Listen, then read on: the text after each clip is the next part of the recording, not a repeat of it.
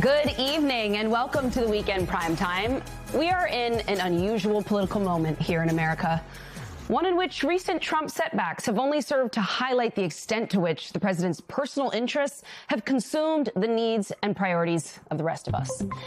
Let's start with the literal cover-up. The curtain covering up the front of the Kennedy Center after a federal judge ruled Trump's name had to be removed from the building. Crews started to remove those 18 letters last night under the veil of a curtain of some kind, though that certainly didn't stop onlookers from watching along. And for an administration that calls itself the most transparent in history, it's unclear when the curtain is going to get out of the way. Also this week, another legal blow to Trump's so-called anti-weaponization fund, as a federal judge yesterday extended a court-ordered block.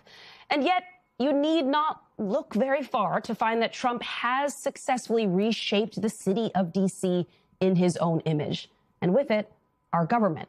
There on the White House South Lawn, a massive fighting cage dubbed The Claw, billed as being part of the America 250 celebrations. Tomorrow's first ever UFC cage fight on the White House grounds also just so happens to coincide with Trump's 80th birthday.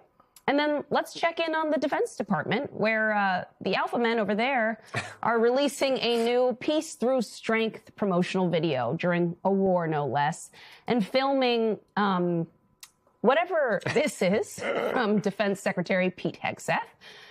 You know, in the midst of all of this, you might have missed the fact that inflation hit 4.2% this week, eclipsing the growth of your wages. That gas prices and groceries are extremely high. Farmers are panicked. Nope. None of that, though, seems to be top of mind for this president or the people around him. Here was Trump earlier this week. You know what I really love? I love the inflation. When the war is over, yes, it's coming down. I know you can't. It's going to come down like a rock. You know, guys, I had an interesting conversation earlier this week with Mona Sharon about this moment in America. And she said something that was like a light bulb moment for me. She was like, you know, the Roman saying, bread in circuses. The idea is that you're providing all this entertainment and it sort of distracts people and they have their sort of minimal bread. We have the circus, but the American people are getting absolutely none of the bread and the sustenance required to make the sort of spectacle and the spectacle that covers corruption okay. And I just wonder how long this whole thing can functionally hold, as we are about to watch what I suspect is going to be one of the strangest American political and entertainment-related spectacles of all time tomorrow. We've already seen the lead of it tonight. I don't know if anyone is watching any of the stuff around the UFC. Yeah. But a guy went to his weigh-in today. One of the fighters went to his weigh-in. Not even going to show it to you because it is so disgusting and disturbing to watch. Disgusting. But one of the fighters who, against a backdrop that says America 250, that's part of this official UFC White House production, shows up basically doing this joke where he is drunk and pretending to vomit on himself and making sort of racially charged comments. Yeah. That was the way this weekend that's supposed to open a celebration for 250 years of this country got started, and I am worried it's just going to be downhill from there. Yeah, and it's the brand, right? Like, this is the brand that Donald Trump wants to associate himself with, this UFC. It's like kind of from the gladiator scene, are you not entertained, right? The people can't eat, people can't afford anything in this country, and Donald Trump is out here celebrating the UFC with this kind of cage fight. Pete Hegseth's trying not to be here macho. And to your point, the split screen that I think Americans this week are probably watching is, you get the world's first trillionaire, and we're going to talk about it later on in the show. He's out here celebrating, having, broken this kind of like, I don't know what it is, this kind of grotesque record of becoming man's first trillionaire. This company that is super inflated, nobody knows anything about. People can't afford their food. People don't understand what even SpaceX actually does. And, it's not to just dunk on the company, but it's to say we are at a time when there's grotesque inequality and there's this culture of disparity that is just getting wider and wider between the people who can enjoy the UFC fights, the people who can buy crazy expensive tickets to go to the World Cup, and the people who are struggling to make ends meet. And America is just going in this kind of like very dichotomous direction. And we have American Gladiator at the White House to look forward to.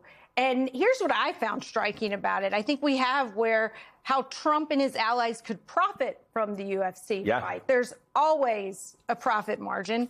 The president bought stock in UFC's parent company before announcing the fight.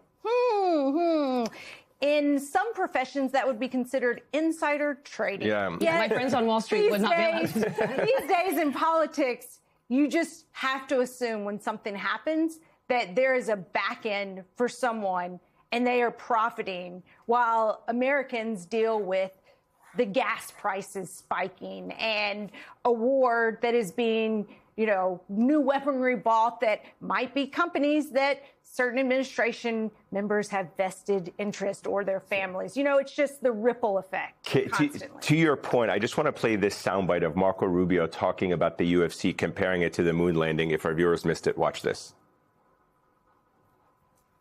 When President Kennedy announced that we were going to put a man on the moon and return him safely to the earth, no one thought that was possible, and we did it. We are a nation founded on doing what no one else dared to do and no one else aspired to do. And at some level, that's what this whole company, what UFC has been. The idea that Marco Rubio is comparing the moon landing to starting a fighting company is beyond absurd and an insult to Americans and to the many Americans who worked and sacrificed themselves in those various Apollo missions and have been part of NASA.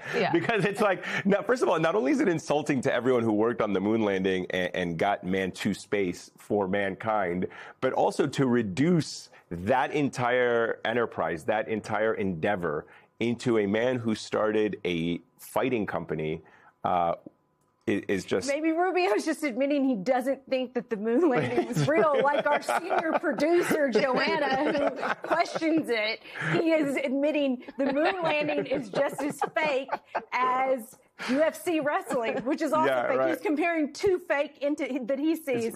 I mean, it wouldn't be too off bounds for this administration to buy into real. But what is this obsession they have with UFC? In all seriousness, you have like Teddy Roosevelt boxing at the White House back in the early 1900s. Like, okay, they figured it out back then. It wasn't that radical, and this is what you're doing now. Slightly more respect if Trump got in the ring. Yeah, right. Well, he actually boxed. He actually was a man and boxed. But Trump, he's not going to break a sweat doing anything. But at some point, you do really have to ask, why is Donald Trump obsessed with UFC to this point that he is now kind of like engulfing? I mean, it sounded like in that soundbite, and correct me if I'm wrong, Marco Rubio was celebrating UFC, when in reality, we should be celebrating America for this 250. The accomplishment here is that America is 250 years old, not that the UFC as a company is thriving and making millions of dollars that Donald Trump and whoever else is owning shares in it. And now Marco Rubio is using UFC as part of his diplomacy and part of the soft power of America abroad. And it just doesn't make sense why they're obsessed with UFC. I don't know that the UFC is. And I'm a UFC fan, and I still don't even think that it's like it's worthy of this much, being so enamored by it from a political point of view. I mean, we could have had soccer, we could have had tennis, we could have done a lot of different sports on the White House. Well, he missed the American opening yesterday. Yes. I mean, if you're the president of the United States and you're trying to bring the country together, and this is one of the most monumentous moments in American sports, you've got so much going on. Of course, he went to the Knicks game, got booed, Knicks lost, hopefully they win tonight. But also the opening game for the U.S. Men's World Cup yesterday in California. Donald Trump, if you ask me, should have been there in attendance. But think about it, Eamon.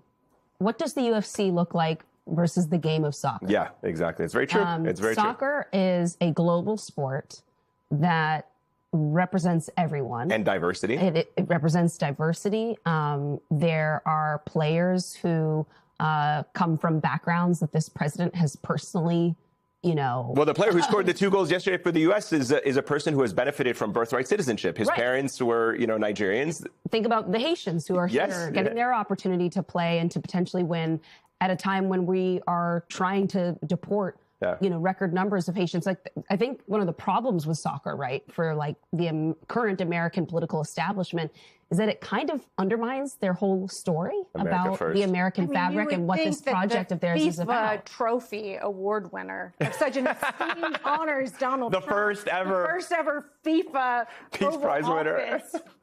Award winner, you would think that he could show up, and he just didn't. It's really, that to me is tragic. I just think it's very interesting that there is that there's just the contradiction of all of the entertainment and the sports and the history-making opportunity and the beauty that comes with all of that and all of the pain. Our colleague Alex Tabbitt has spent all week, basically, talking to voters about what they are going through.